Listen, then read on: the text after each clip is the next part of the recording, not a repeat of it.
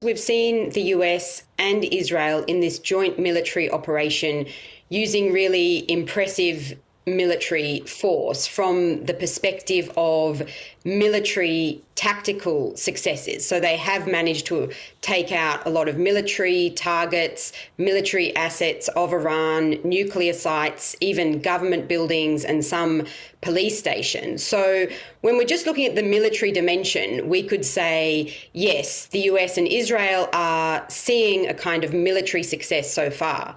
But we have to also consider other dimensions. So there's the economic dimension, the political dimension. And what we're seeing, as you mentioned, that Iran, because it has less powerful military capability, and the Iranian regime understands that it's really facing a kind of existential threat. So the Iranian regime is trying to use other types of tactics in order to create these political and economic costs, particularly for the US. So we've seen this very important Strait of Hormuz essentially blocked by Iran, making it quite dangerous for oil tankers to go through. We've also seen Iran shooting at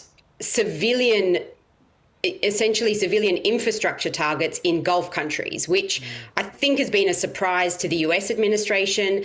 And it's really created massive costs for Gulf countries. So Gulf countries, rely primarily for their economies on tourism, oil, and being international hubs for international travel. And essentially all three of those factors have been greatly compromised by Iranian missile and drone strikes on the Gulf. So all of this is creating a situation where there's mounting political and economic pressure, primarily on the US, as this war drags on. And I think that Iran, or the Iranian regime, is calculating that as long as they can keep up that political and economic pressure, despite the kind of overwhelming military force of the US will eventually be pressured to withdraw. What does history tell us about that, Jessica, when you've got a military might like the US and Israel and a country that doesn't have it? What has happened in history when there has been wars like that? So what's quite interesting, and I guess unfortunately for the US, is what we tend to see usually we think of asymmetric warfare more as a state actor fighting against a non-state insurgent group. So this is a little bit different because it's two nation states or three, US and Israel fighting against another nation state, Iran. But we're still seeing some similar dynamics of asymmetric warfare just because Iran has less military capability. So when we think about asymmetric warfare, what we've actually seen in history, this is sort of quite interesting and a little bit of a puzzle often for international relations scholars, is that usually the country with overwhelming military force does not win asymmetric warfare. And that's because the country with less military capability usually manages to cling on, first of all. So as long as they have a good reason to keep fighting, which of course the Iranian regime does because it perceives this as an existential threat, but also they use the kind of tactics that are more sort of agile, adaptable, fast. So we've seen Iran using quite small-scale, cheap drones, for example, to shoot at ships in the Strait of Hormuz, but then creating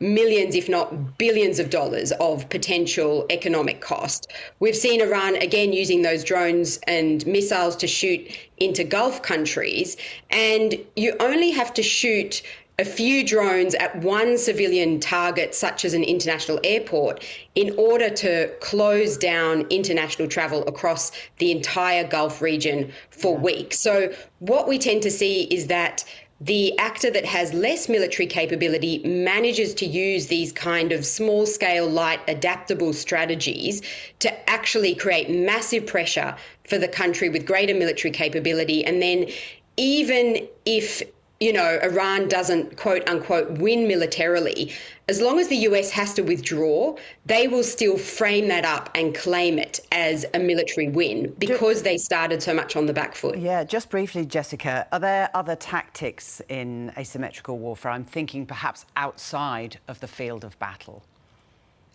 So definitely, and that's where we've seen that, Iran will be looking for other pressure points. So we've seen importantly the economic dimension. I mean, I think Iran is really going to make a lot of the fact that they can basically control which oil tankers can get out of the Strait of Hormuz. This gives Iran or the Iranian regime massive leverage, and it gives them quite a lot of political power in that we've just recently seen a couple of Indian oil tankers that have been allowed to pass through the Strait of Hormuz.